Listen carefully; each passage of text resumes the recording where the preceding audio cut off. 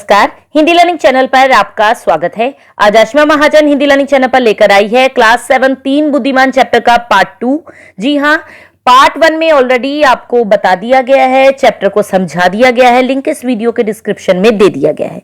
तो आपने कहानी को सुना होगा कि तीन बुद्धिमान थे। पिताजी ने किस तरह अपने बेटों को नसीहत दी थी कि पैसा नहीं है, लेकिन आप लोग जिंदगी में किसी से कम ना चुने जाओ, उसके लिए पैनी दृष्टि रखो और अपनी सोच जो है वो दूरदर्शी रखो। तो बच्चों ने भी ऐसा ही किया। किस तरह उन्होंने दरबार में जाके राजा के सामने अपने आप को पेश किया, राजा भी प्रसन्न हुआ और राजा ने उन्हें अपने दरबार में रख लिया। तो आइए, प्रश्नों के कुछ उत्तर हैं, उनको पहले डिस्कस कर लेते हैं। ये प्रश्न हमने डिस्कस कर लिए थे और अपनी अपनी बुद्धि के अनुसार सब अपना अपना उत्तर बता रहे हैं। ठीक है, तो हमने पहली वीडियो में आपको बता दिया था इसका ऑप्शन नंबर 2, पैनी दृष्टि और तीव्र बुद्धि का विकास करना। दूसरे में तीनों भाइयों ने अपने ज्ञान और बुद्धि का उपयोग करके ऊंट के बारे में बड़ा कुछ बताया। इससे क्या निष्कर्ष निकलता है? तो समस्या को सुलझाने के लिए ध्यान से निरीक्षण करना महत्वपूर्ण है। ठीक है, उसके बाद राजा ने भाइयों की बुद्धिमत्ता पर विश्वास क्यों किया? क्योंकि भाइयों ने अपनी बात को तर्क के साथ समझाया था। ठीक है, नेक्स्ट क्वेश्चन। नेक्स्ट है आपके सामने, लोक कथा के पात्रों और घटनाओं के आधार पर राजा के निर्णय के पीछे कौन सा मूल्य छिपा है? अच्छी तरह जांच किए बिना किसी को दोषी नहीं ठहराना चाहिए। ठीक है बच्चों, पंक्तियों पर चर्चा। पाठ से कुछ पंक्तियां नीचे दी गई हैं आपको। ख का उत्तर है कि हो सकता है आपके समूह के साथियों ने अलग उत्तर चुने होंगे, तो आप अपने मित्रों के साथ चर्चा कर उनसे पूछना कि आपने ये वाला आंसर क्यों चुना। ठीक है, पंक्तियों पे चर्चा का पहला प्रश्न है आपके सामने कि रुपए पैसे के स्थान पर तुम्हारे पास अगर पैनी दृष्टि होगी और सोने चांदी के स्थान पर तेज बुद्धि होगी, तो ऐसा धन संचित कर लेने पर तुम्हें कभी किसी प्रकार की कमी ना रहेगी और तुम दूसरों की तुलना में 19 नहीं रहोगे। तो अपने विचार आपको समूह में साझा करने हैं और लिखने हैं कि इनका अर्थ क्या है। तो बच्चों, निर्धन व्यक्ति था, यानी कि उनके पिताजी, उनके पास रुपया पैसा सोना चांदी नहीं था। यही वजह थी कि निर्धन व्यक्ति अपने तीनों बेटों से एक अलग प्रकार का धन संचय करने को कहता था, और वो धन क्या था? हर वस्तु, हर स्थिति को पूरी तरह समझने और जानने का प्रयास करने की पैनी दृष्टि और तीव्र बुद्धि।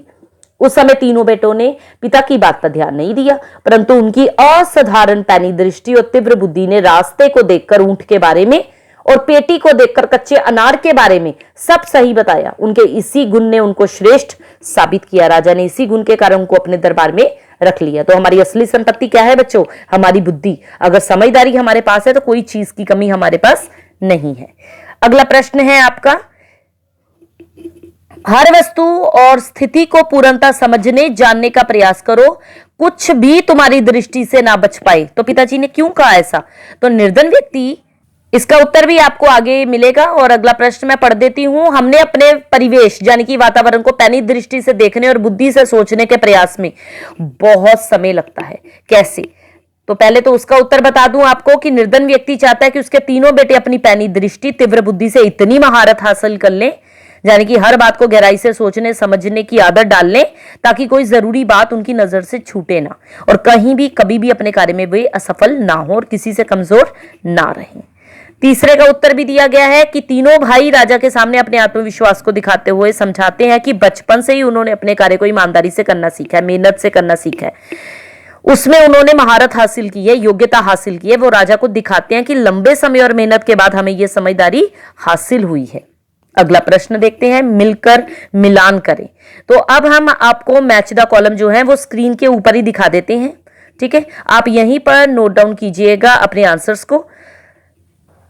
तो कॉलम 1 को कॉलम 2 से मैच करते हैं। कुछ समय बाद पिता चल बसे, यानी कि थोड़े समय के बाद पिता का देहांत हो गया। हम कहीं भी क्यों ना हो भूखे नहीं मरेंगे, यानी कि हम चाहे जहां भी हो हमें खाने के लिए कुछ ना कुछ मिल ही जाएगा, इतना आत्मविश्वास था। तीसरा, घुड़सवार ने तीनों भाइयों को शंका की दृष्टि से देखा, यानी कि घोड़े पे जो सवार व्यक्ति था तीनों भाइयों को अविश्वास से देखा। बचपन से हमें ऐसी आदत पड़ गई है कि हम कुछ भी अपनी दृष्टि से चूकने नहीं देते, यानी कि बचपन से ही आदत हो गई है कि हम हर छोटी बड़ी वस्तु पर ध्यान अवश्य देते हैं। तो ये जो कॉलम मैच करने, ये अर्थ के साथ, भाव के साथ, भाव या अर्थ से मिलते जुलते वाक्य मैच करने हैं। लोगों के आश्चर्य का कोई ठिकाना नहीं था, यानी लास्ट ऑप्शन हम चाहे लोगों के आश्चर्य का, लोग इतने अचंभित थे, हैरान थे कि उनका आश्चर्य व्यक्त करना कठिन था। ठीक है बच्चों, सोच विचार के लिए। तो आइए अगला प्रश्न है सोच विचार का, जिसमें पहला प्रश्न पूछा है कि तीनों भाइयों ने बिना ऊंट को देखे उनके विषय में कैसे बता दिया। तो आपको पता ही है कैसे बताया था, पैरों के निशान देखे थे धूल पर, रास्ते के किनारे एक तरफ चरी हुई घास देखी थी, जूते के निशान देखे थे, है ना। दूसरा है, आपके अनुसार इस लोक कथा में सबसे ज्यादा इंपॉर्टेंस किसे दी गई है? तार्किक सोच और अवलोकन को दी गई है। लोक कथा के आधार पर आपको समझाना है। ठीक है, ये आपको उत्तर दे दिया है कि पहले का कि तीनों भाइयों में जो पैनी दृष्टि थी वो एक ऐसा गुण था जिसके कारण तीनों अपनी कला में निपुण हो गए, और धूल पर ऊंट के पैरों के निशान देखे तो अपनी सारी बातें उन्होंने ऊंट वाले को, सारी बातें उन्होंने घुड़सवार को बता दी। आपके अनुसार इस लोक कथा में सबसे ज्यादा महत्व किसे दिया गया है? तार्किक सोच। तीनों भाइयों ने पैनी दृष्टि और तीव्र बुद्धि के कारण सच का पता लगाया। जब तीनों भाइयों ने राजा को पेटी में अनार होने की सही जानकारी दी तो अपनी बात को तार्किक तौर पे और सप्रमाण साबित किया, तब राजा को विश्वास हुआ कि तीनों भाई निर्दोष हैं। उसके बाद लोक कथा में राजा ने पहले भाइयों पर संदेह किया, बाद में उन्हें निर्दोष माना। राजा की सोच क्यों बदली भाई? तो जब तीनों भाइयों ने पेटी में अनार होने की सही जानकारी दी और अपनी बात को राजा के सामने तर्क सहित प्रस्तुत किया तो उन्हें विश्वास हुआ कि वो तीनों भाई जो है वो क्या है? निर्दोष है। ऊंट के स्वामी ने भाइयों पर तुरंत संदेह क्यों किया? तीनों भाइयों ने जब ऊंट के स्वामी को ऊंट के बारे में बताया तो पहले तो ऊंट वाला भ्रमित हो गया, उसे शक हो गया उन पे। ऊंट वाले को पहले भाइयों की बात को ध्यान से सुनना चाहिए था और उनकी बताई गई दिशा में जाकर ऊंट को ढूंढना चाहिए था। ठीक है बेटा, जो आपका ख वाला प्रश्न है ना कि आपके अनुसार इस लोक कथा में इंपॉर्टेंस किसे दी गई है, तो आप बोलिएगा तार्किक सोच और अवलोकन को, क्योंकि तीनों भाइयों ने अपनी तीव्र बुद्धि जो लगाई थी, पैनी दृष्टि जो लगाई थी, उसी के कारण सच का पता लगाया था। आगे है, पिता ने बेटों को दूसरे प्रकार का धन संचित करने की सलाह क्यों दी? इसके पिता के बारे में क्या क्या पता चलता है? तो निर्धन पिता थे, ना सोना था, ना चांदी, ना रुपया, ना पैसा। पिता ने बेटों को दूसरे प्रकार का धन इकट्ठा करने को कह दिया, क्योंकि वो जानते थे एक दिन धन दौलत खत्म हो सकती है, सोना चांदी खत्म हो सकते हैं, पर ज्ञान कभी खत्म नहीं होता। इससे पता लगता है कि पिताजी दूरदर्शी थे और तेज बुद्धि वाले थे। राजा ने भाइयों की परीक्षा के लिए पेटी का उपयोग किया। इस परीक्षा से राजा के व्यक्तित्व का और निर्णय शैली के बारे में क्या निष्कर्ष निकलता है? तो राजा ने भाइयों की परीक्षा लेने के लिए पेटी का उपयोग किया, जिससे पता चलता है राजा निष्पक्ष है, बुद्धिमान है, सही निर्णय लेने वाले राजा हैं, जो सभी पक्षों को ध्यानपूर्वक सुनने के बाद न्याय करता था। वो बिना किसी प्रमाण के किसी को दोषी नहीं ठहराता था। आप इस लोक कथा के भाइयों की किस विशेषता को अपनाना चाहेंगे? तो इनकी तार्किक सोच को ही अपना लेंगे तो बहुत अच्छा हो जाएगा, है ना, क्योंकि यही गुण हमें जीवन में आगे बढ़ाने में मदद करता है। और अवलोकन, एनालाइज करना, और ताकि सही डिसीजन ले पाए सही टाइम पर। चलिए आगे बढ़ते हैं। सोच विचार के लिए लोक कथा को एक बार फिर से ध्यान से पढ़िए। अनुमान और कल्पना के प्रश्न आपके सामने आएंगे बच्चों। अभी अपने समूह में मिलकर आपको चर्चा करनी है कि अगर राजा ने बिना जांच के भाइयों को दोषी ठहरा दिया होता तो आज इस लोक कथा का परिणाम क्या होता? क्या होता बताइए? अगर राजा ने अगर बिना जांच के दोषी ठहरा दिया होता तो प्रजा का राजा पर से विश्वास ही उठ जाता, सच और झूठ कोई अंतर ही ना रहता, है ना। आगे आंसर मिलेंगे आपको, घबराइए नहीं आप। आइए टर्न कर लेते हैं अपने पेज को हम। यदि राजा ने बिना जांच के भाइयों को दोषी ठहरा दिया होता तो असत्य की सत्य पर जीत हो जाती, जिसका परिणाम उलट हो जाता। प्रजा का राजा पर से विश्वास उठ जाता, तीनों भाइयों को निर्दोष होने के बाद भी दंड मिल जाता। यदि भाइयों ने अनार के बारे में सही अनुमान ना लगाया होता तो लोक कथा का अंत कैसे होता? अगर ना लगाया होता तो वो निर्दोष साबित नहीं कर पाते, चोर समझा जाता, उन्हें फिर दंड भी मिल सकता था।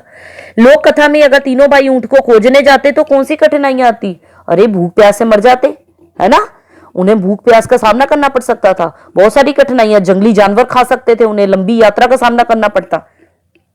यदि राजा के स्थान पे आप होते तो भाइयों की परीक्षा लेने के लिए किस प्रकार के सवाल गतिविधियां करते? तो अगर राजा के स्थान पे हम होते तो भाइयों की परीक्षा लेने के लिए ये कहते कि तुम्हारे आने से पहले जो सभा चल रही थी उसमें हमने दोषी को क्या सजा सुनाई, और उस व्यक्ति का या उन व्यक्तियों का दोष क्या था जिस वजह से उन्हें सजा सुनाई गई। ठीक है, इससे पहले हम आपको प्रश्न दिखा रहे हैं बेटा जी।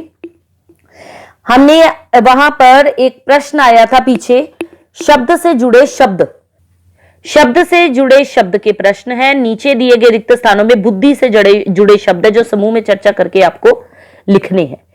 जैसे कि प्रश्न है आपके सामने, बुद्धि के लिए आप प्रज्ञा लिख सकते हैं, बुद्धि के लिए शब्द लिखना है ना, तो आप लिखिए प्रज्ञा। यहां पर आप प्रज्ञा लिख सकते हैं, मति लिख सकते हैं, है ना, समझदारी लिख सकते हैं, बुद्धिमानी लिख सकते हैं, मानी। ठीक है, और भी आप अपनी समझ के अनुसार शब्दों को लिख सकते हैं। सूझबूझ लिख सकते हैं, चतुराई लिख सकते हैं, चतुराई लिख देती हूं, है ना। उसके अलावा सूझबूझ लिख लीजिए।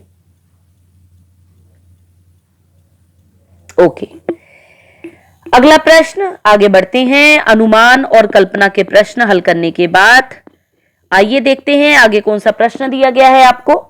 ये सारे प्रश्नों के उत्तर आप अपनी उत्तर पुस्तिका पर नोट कर सकते हैं और अपनी पूरी क्लास के साथ लिंक शेयर कर सकते हैं। लोक कथा को सुनाना, तो ये कथा सुनाने के टाइम पर किन किन चीजों का ध्यान रखना है वो देखा गया, लिखा गया। स्वर में उतार चढ़ाव का ध्यान रखिए, शब्दों का ध्यान रखिए, शरीर का उपयोग कीजिए क्योंकि भाव दिखाने, एक्सप्रेशन दिखाने हैं, भावनाओं की अभिव्यक्ति करनी है ना। और विवरणात्मक भाषा का प्रयोग, रोचक मोड़ कहां पर आया, संवादों के लिए स्पष्ट भाषा का उपयोग कीजिए। उसके बाद देखते हैं नेक्स्ट, कारक, कर्ता ने कर्म को करण से संप्रदान के लिए, इन सारी विभक्तियों का ध्यान रखते हुए फिल करते हैं। हमने तो तुम्हारे ऊंट को देखा तक नहीं, भाइयों ने परेशान होते हुए कहा।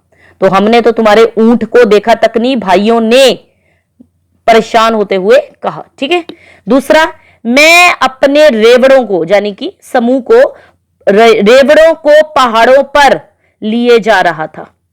उसने कहा, और मेरी पत्नी छोटे से बेटे के साथ एक बड़े से ऊंट पर मेरे पीछे पीछे आ रही थी। तो पर लिख देंगे ऊंट के बाद हम, पर, ऊंट पर मेरे पीछे पीछे आ रही थी। ठीक है, अगला है, राजा ने उसी समय अपने मंत्री को बुलाया और उसके कान में कुछ फुसफुसाया।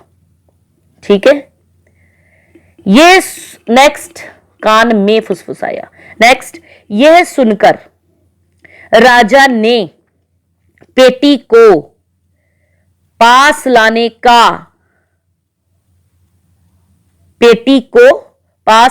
का आदेश दिया।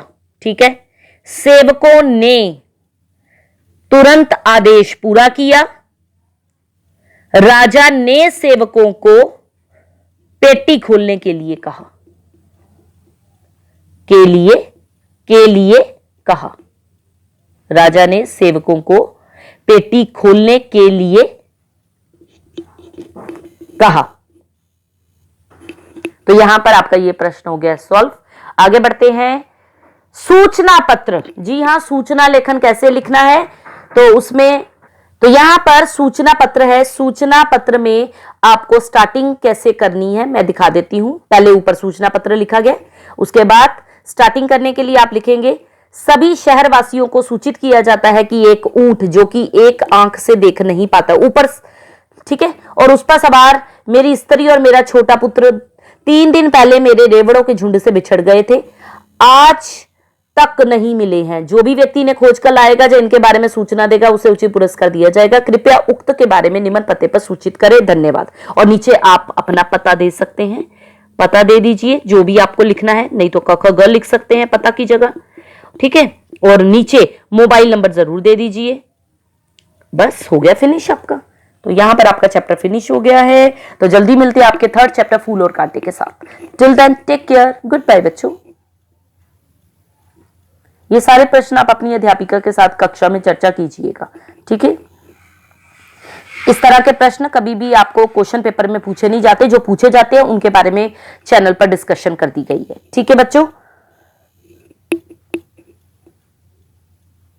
जल्दी मिलते हैं आपको आपकी अगली वीडियो चैप्टर 3 के साथ। Bye bye.